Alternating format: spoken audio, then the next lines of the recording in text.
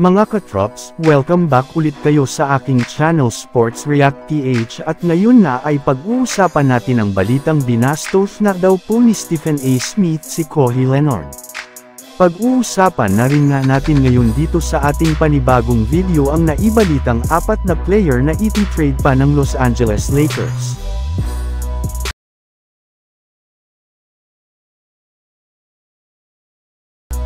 Sa pag-back out pa lang nga mga katrops, ni Kawhi Leonard sa Team USA sa nagdaang Paris Olympics ay inulan na nga po siya ng sari-saring mga pambabatikos.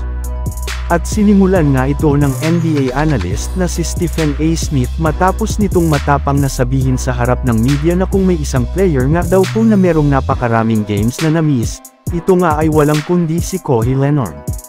Nakaimbento na rin naman nga daw po ito ng paraan upang magtamo ito ng injury at hindi makapaglaro sa kanilang mga laban. Para nga sa inyong kaalaman, taong 2020 pa nga huling nakapaglaro ng healthy si Kawhi Leonard sa postseason at simula nga niyan ay sunod-sunod na nga ang pagtatamo nito ng injury sa iba't ibang parte ng kanyang pangangatawan at hindi pagganda ng kanyang kalusugan.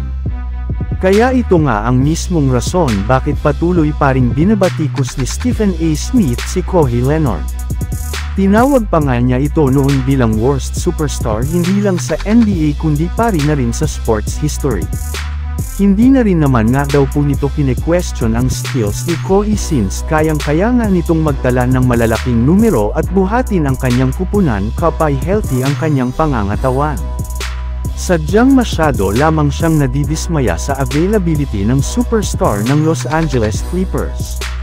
Samantala pumunta naman tayo sa ating sunod na pag-uusapan ngayon sa naibalitang 4 na player na iti-trade pa ng Los Angeles Lakers. Kagaya nga mga katrops, nang naibalita ko sa inyo, kung sakali man nga na hindi peren nga gumana ang naging plano ng Lakers na paggamit ulit ng kanilang dating lineup ay dyan na nga papasok ang paggawa nila ng malaking pagbabago dito sa pamamagitan ng pagsigawa nila ng mga malalakihang move bago sumapit ang trade deadline.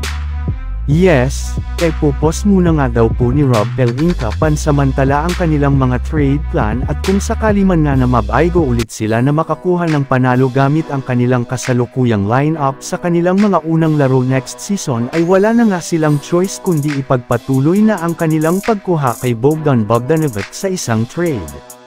Sa katunayan, hindi na nga sila dito magdadawalang isip na e-trade ang kanilang 4 na players na sina Rui Hachimura, D'Angelo Russell, Jared Vanderbilt at ang kanilang point guard na si Gabe Vincent.